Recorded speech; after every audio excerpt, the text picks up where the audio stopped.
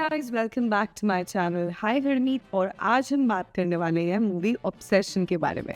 एक मूवी जो 5 करोड़ के बजट पे बनी और पूरे दुनिया भर में 350 करोड़ कमा कर निकल गई, और इंडिया में इसका फेमस पीइंग सीन भी काट दिया गया। So let's get started on the review for obsession and what do I think about it. But before that, if you guys can please like, share, subscribe and hit the bell icon to never miss a video from Higher Me. So let's get started. आज हम बात कर रहे हैं movie obsession की, और मैं आपको बता दूं कि ये सिर्फ एक हॉरर मूवी नहीं है, ये एक चेतावनी है कि जब प्यार सहमति नहीं मांगता तो वो एक कर्ज बन जाता है। डायरेक्टर की कहानी, एक यूट्यूबर की कहानी। एक इंटरेस्टिंग बात, इस फिल्म का डायरेक्टर करीम आकर कोई ट्रेंड फिल्म मेकर नहीं है। ये बंदा यूट्यूब पे कॉमेडी हॉरर वीडियोस बनाता था जिनको मिलियन व्यूज मिलते थे। ये इसकी फर्स्ट फीचर फिल्म है, और सोचो सिर्फ 5 करोड़ की बजट की फिल्म दुनिया भर में 350 करोड़ कमा चुकी है। सो बेसिकली एक यूट्यूबर ने पूरी इंडस्ट्री को हिला दिया। मुझे ये बात पर्सनली बहुत अच्छी लगी क्योंकि मैं भी इस जर्नी को डेफिनेटली समझती हूँ। कंटेंट बनाते बनाते क्राफ्ट क्रिएट करना, और क्राफ्ट क्रिएट करके उसको एक बड़े कैनवस पर उतारना। तो अगर आप भी किसी छोटी शुरुआत के बड़े सपने देख रहे हैं तो this is a very clear example कि ये पॉसिबल है। सेटअप क्या है स्टोरी? बेर एक सिंपल डरपोक लड़का है। अपनी बचपन की दोस्त निकी से प्यार तो करता है लेकिन कभी बोल नहीं पाता। एक दिन फ्रस्ट्रेशन में वो वन विश विलो तोड़ता है और विश करता है, I wish Nikki Freeman loved me more than anyone in the entire world. कि निकी मुझसे सबसे ज्यादा प्यार करे। विश तो पूरी हो जाती है, लेकिन जब निकी वापस आती है तो वो निकी नहीं रहती। यही फिल्म का सबसे डार्क आइडिया है कि बेर ने निकी को नहीं पाया, उसने निकी को इरेज कर दिया और उसकी जगह किसी ऐसी एंटिटी को लाके उसकी जगह पे खड़ा कर दिया जो सिर्फ ऑब्सेस करती है, कंट्रोल करती है और ज़रूरत पड़ने पर मार भी देती है। सो कितना डार्क है ये कैरेक्टर। मैं जब ये देख रही थी मुझे बार बार लग रहा था ये हॉरर नहीं है, एक अब्यूजिव रिलेशनशिप का मेटाफर है जिसे डर की भाषा में लिखा गया है।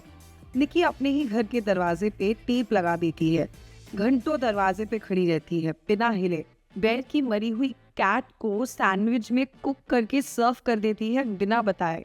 ये सब देखने में इतना डिस्टर्बिंग है कि एडिटर की नज़र से भी डायरेक्टर ने जो रिस्ट्रेंट दिखाया है, जब वो कैमरा को निकी के चेहरे पे होल्ड करता है, जब वो रियल निकी बनकर चीखती है, वो कट इतना स्लो है कि आपको उसका डिस्कम्फर्ट महसूस होता है। ये एडिटिंग का चॉइस है, एक्सीडेंट्स नहीं। वो सीन जो इंडिया में नहीं दिखाया गया, एक सीन था जहाँ निकी अपने ऊपर से कंट्रोल खो देती है फिजिकली जब वो बेर का वेट कर रही होती है। ये सीन इंडिया में कट कर दिया गया, और मैं समझ सकती हूँ क्यों। ये सीन कंफर्टेबल नहीं है, लेकिन यही तो पॉइंट है।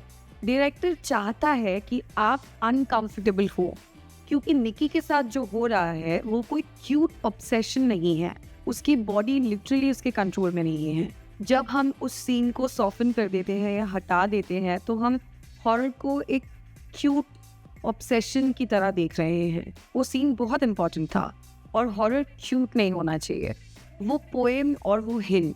एक मोमेंट है जहाँ रियल निकी जब वो अपनी कॉन्शियसनेस में होती है कुछ लाइंस कहती है जो साफ हिंट करती है कि उसके लिए बेर कभी कभी एक भाई जैसा था। इसके बाद स्क्रीन पे जो होता है वो और भी ट्रैजिक हो जाता है, क्योंकि अगर निकी असल में बेर को सिर्फ एक दोस्त, एक भाई की तरह देखती थी तो बेर की विश सिर्फ एक अनरिक्वेटेड प्यार नहीं था, वो एक वायलेशन थी। उसने किसी ऐसी फीलिंग को फोर्स किया जो कभी थी ही नहीं। यही ट्विस्ट है जो इस फिल्म को इतना ट्विस्टेड बनाता है। ये जो चाहो सोच समझ कर चाहो वाली कहानी नहीं है, ये बिना पूछे कुछ मत लो वाली कहानी है। क्या निकी वापस आ गई? एंडिंग में बेर मरता है, कर्स टूटती है और निकी अपनी रियल बॉडी में वापस आ जाती है। लेकिन जरा सोचो, क्या वो सच में वापस आई? उसके दोनों दोस्त इयान और सारा डेड है, और उन्हें उसी ने किया, चाहे वो नहीं थी। क्राइम सीन पे वो ही खड़ी है, ब्लड से लथपथ। डायरेक्टर ने खुद कंफर्म किया है कि निकी का फ्यूचर ब्लीक है। पुलिस शायद उसी को ब्लेम करे क्योंकि सारे एविडेंस उसी की तरफ पॉइंट करते हैं। तो हाँ, कर्स टूट गया लेकिन कॉन्सिक्वेंसेस नहीं टूटे। यही हॉरर की सबसे क्रूअल बात है कि विक्टिम को ही अपनी आजादी की प्राइस चुकानी पड़ती है। वो एस्केप नहीं करती, वो सिर्फ अपने आखिरी गुनाह के करने से पहले अपना कंट्रोल वापस पाती है। और मुझे लगता है ये फिल्म का सबसे ऑनेस्ट, सबसे डिप्रेसिंग और सबसे जरूरी स्टेटमेंट है। ऑब्सेशन एक पुरानी चेतावनी भरी कहानी है, पर आज की लैंग्वेज में कंसेंट, कंट्रोल और एक इंसान को दूसरी की विश का शिकार बनाना। अगर आपने ये मूवी देखी है तो प्लीज कमेंट्स में बताइए कि आपको कितना क्रीपी फील हुआ इसे देखते वक्त। आई स्क्रीम्ड एट द पॉइंट जहाँ पे निकी आके डोर के सामने आके वो पत्थर से उसे मार देती है जब वो उसके बॉयफ्रेंड से बात कर रही होती है, and that scene really creeped me out. तो आप भी बताइए कि ऐसा कौन सा सीन है या आपको कैसी लगी ये film. And this is me Harmeet सैदी signing off, and I would give 4.9 out of 5 stars to this movie, and that's about it for today.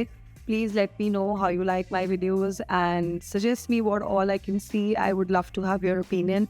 So please like, share, subscribe, and hit the bell icon to never miss a video from I Meet, and I'll be back soon. Thank you.